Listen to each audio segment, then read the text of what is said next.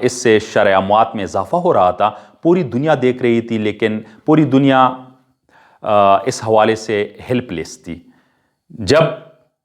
Italy نے appeal کی دنیا سے تو اس وقت واحد چین نے اس کی آواز پہ لبیک کہا، اور چین نے ہزاروں لاکھوں کی تعداد میں ماسکس، وینٹیلیٹرز، ریسپائریٹرز،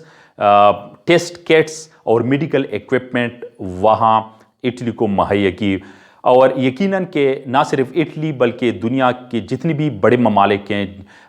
جتنی بھی عالمی برادری ہے، انہوں نے چین کے اس اقدام کو ایکنالج کیا اور سراہا۔ اس کے ساتھ ساتھ چین نے اپنی جو میڈیکل ٹیمز ہیں، اپنے ڈاکٹرز ہیں، وہ پاکستان، ایران، عراق، ایون یورپی ملک، سربیا، جنوب مشرقی ایشیا میں اگر ہم دیکھیں تو لاؤس، کمبوڈیا، ویتنام، ان ممالک کو بھی بھیجی ہیں۔ اور ساتھ ساتھ میں آپ لوگوں کو بتاتا چلوں کہ جو ایک مشہور کمپنی ہے علی بابا، اس کے کو فاؤنڈر جیک ما نے یہ پیشکش کی ہے اور وعدہ کیا ہے کہ بوقتی ضرورت وہ امریکہ کو بھی اور ساتھ ساتھ افریقہ کے تقریباً جتنی بھی 54 ممالک ہیں ان کو بھی یہ ساری چیزیں، ٹیسٹ کٹس اور ماسک، وینٹیلیٹرز، وہ بھی یعنی انڈیویجولی جو ہیں پرووائڈ کر سکتا ہے۔ تو یقیناً یہ اس صورتحال میں، اس تشویشناک انوائرمنٹ میں ایک بہت بڑی ڈیولپمنٹ ہے۔ اچھا، چین نے جو ہے ویڈیو کانفرنسنگ بھی کی ہے ایک دوسرے کے ساتھ تعاون بڑھانے کے لیے، ایک دوسرے کا اعتماد بڑھانے کے لیے، میڈیکل کے شعبے میں خاص کر کوآپریشن کو آگے لے جانے میں چین نے ویڈیو کانفرنسنگ کی ہے مختلف ممالک کے ساتھ، مختلف اداروں کے ساتھ، تنظیموں کے ساتھ۔ تو یہ بھی ایک نئی جہت ہے اس کرونا وبا کی وجہ سے ہمارے سامنے جو نظر آ رہی ہیں۔ تو اس لیے بہت ایک اچھی طریقے سے اور اسٹریٹجی کے ساتھ جو ہیں چین اب آگے بڑھ رہا ہے، اور یقیناً کہ نہ صرف چھوٹے ممالک بلکہ بڑے ممالک جو ہیں، اور خاص کر جو سپر پاور ہیں امریکہ، وہ اس طرف چین کی طرف جو ہیں دیکھ رہا ہے حیرانگی سے، اس لیے کہ آلریڈی اسی چین اور امریکہ کے درمیان تجارتی جنگ یعنی ٹریڈ وار جاری تھی، جو کہ اب بھی ہیں، اور اسی کے دوران یہ وبا پھوٹ پڑی۔ تو امریکی صدر ڈونلڈ ٹرمپ نے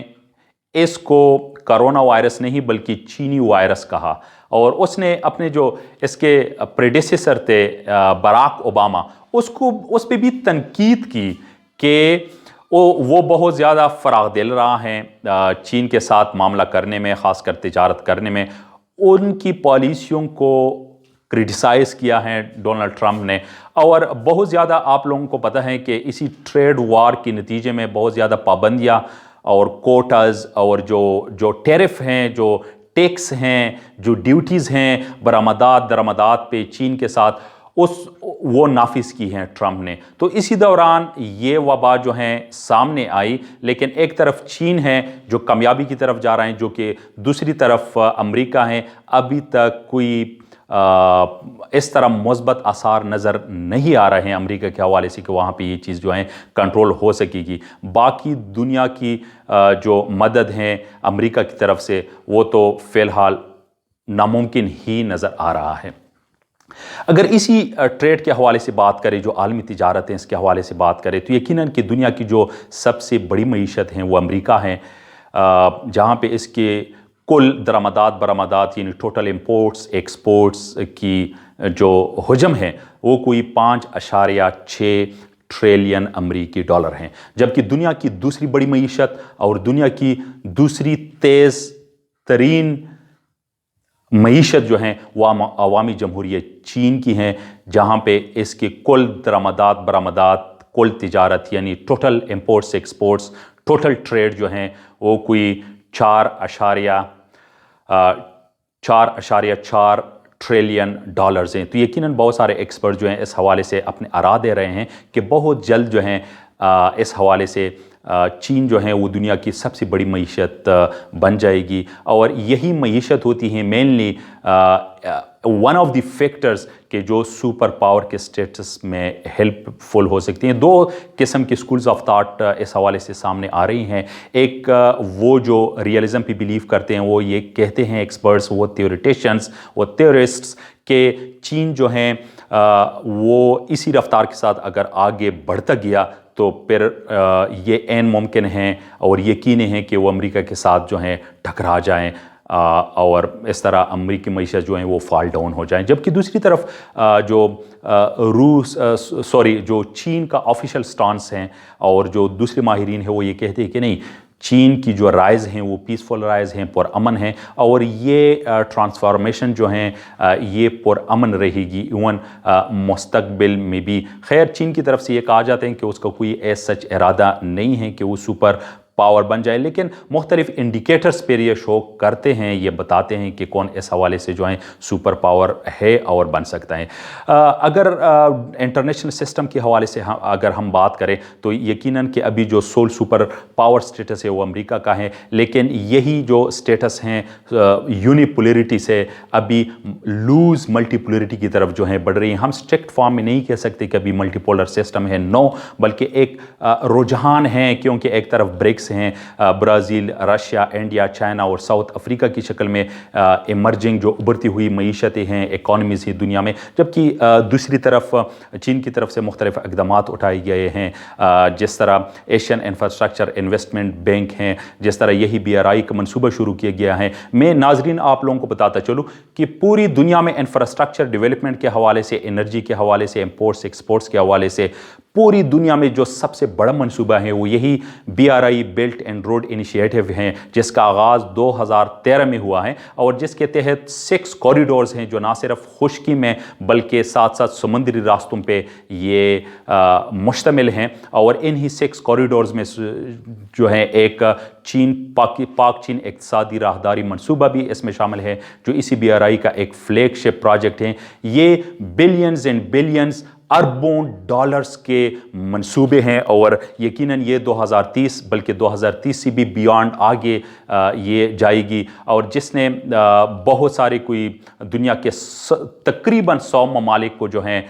کور کیا ہے، جس میں ایشیائی ممالک، افریقی ممالک اور ایون یوریشین مشرقی ایشیا اور یورپی ممالک جو ہیں اس میں شامل ہیں. تو یقیناً چین جو ہے اس حوالے سے کافی ایکٹیو نظر آ رہا ہے.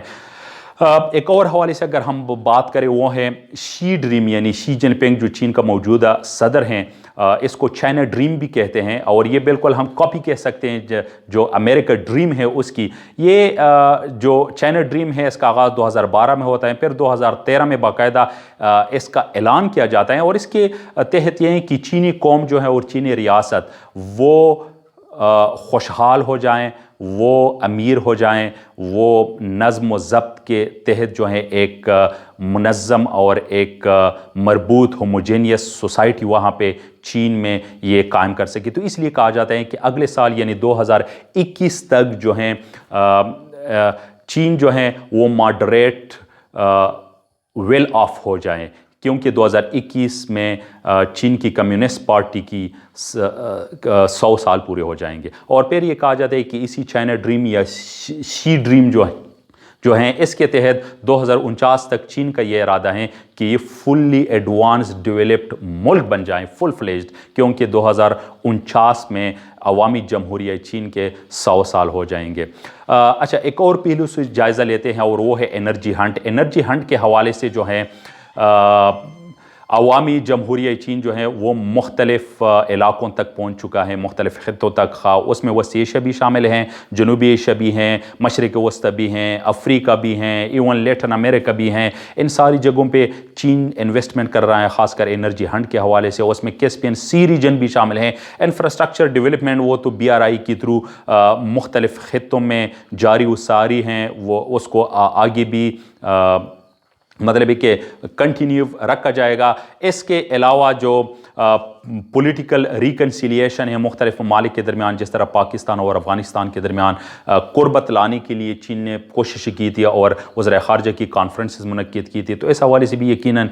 چین جو ہیں وہ کافی متحرک نظر آ رہا ہے. تو اس لیے یہ کہا جاتا ہے کہ خاص کر ایک ایسی سچویشن اور صورتحال میں کہ جس طرح کرونا ہو، کوئی ملک اس طرح سنبھل نہیں سکتا جس طرح چین سنبھل گیا ہے، اور کوئی ملک اس پوزیشن میں نہیں ہے کہ وہ بہت فراغ دلی سے دوسرے ملک کی مدد کر سکے. ہر ملک کو اپنی پڑی ہوئی ہیں، لیکن صرف چین ہے کہ اس نے دوسرے ممالک کی مدد کی ہے. تو یقیناً کہ یہ ایک ٹیسٹ کیس ہیں لیڈرشپ کے لیے۔ ایک اور چیز کا ہم جائزہ لیتے ہیں اور وہ ہے جو انٹرنل گورننس ہے۔ تو اندرونی سطح پہ اگر ہم دیکھیں چین میں جو گورننس ہیں وہ یقیناً وہاں پہ اسٹیبلٹی ہے، استحکام ہے، اس طرح لوگ جو ہیں سڑکوں پہ نہیں نکل آئے ہیں جس طرح امریکہ میں یا دوسری ممالک میں نظر آئے ہیں۔ تو یقیناً کہ وہاں سیاسی سطح پہ بھی استحکام پائے جاتے ہیں۔ جو باقی تنظیمیں ہیں، بواو فورم وہاں پہ ہر سال منعقد ہوتی ہیں، یہ چین کی ایک بہت بڑی کامیابی ہے۔ آسیان کے ساتھ اس کا ایک خاص ریلیشن شپ ہے، آسیان +3 کے تحت، کہ جس میں مشرقی ایشیا کی 3 بڑی معیشتیں شامل ہیں، چین، جاپان اور جنوبی کوریا۔ تو وہاں آسیان +3 میں چین شامل ہیں۔ اس کے علاوہ سارک کے ساتھ چین کا ایک اچھا ریلیشن شپ ہے، OIC organisation of Islamic cooperation کے ساتھ ہے۔ مختلف جو نیوکلیئر پرولیفریشن کے حوالے سے جو ریجیمز ہیں، فورمز ہیں، وہاں پہ بھی چین کافی ایکٹیو ہیں۔ UN میں تو of course UN security council میں یہ ایک مستقل رکن ہے، اور ساتھ ساتھ جو ہے شنگھائی کوآپریشن آرگنائزیشن، وہاں پہ یہ بانی رکن ہے، اور بہت اچھی طریقے سے جو اس کے سرحدی تنازعات تھے، روس کے ساتھ، ویتنام کے ساتھ جنگ ہوئی تھی، بھارت کے ساتھ، وہ سب جو ہیں تقریباً حل کیے ہیں۔ اور اسی وجہ سے شنگھائی 5 یا بعد میں شنگھائی کوآپریشن آرگنائزیشن یہ قائم کی گئی کہ اپنے سرحدات کو محفوظ رکھ سکے اور ایک دوسرے کے ساتھ جو کانفیڈنس ہے اس کو ڈیولپ کیا جائے۔ تو یقیناً کہ بہت سارے ماہرین اور اسکالرز اس پہ توجہ دیں گے کہ آئندہ جو ہے مستقبل قریب میں دنیا کس طرح نظر آئے گی۔ آیا پھر بھی لوگ امریکہ کی طرف دیکھیں گے جو کہ آج اپنے ملک کے اندر سے کرونا پہ قابو نہیں پا سکا ہے، یا پھر چین کی طرف دیکھیں گے یا دوسرے ممالک؟ ناظرین، انشاءاللہ آئندہ ویڈیوز میں اور اہم اور دلچسپ موضوعات پہ بات کریں گے۔ تب تک اپنا خیال رکھیے گا۔ اللہ حافظ۔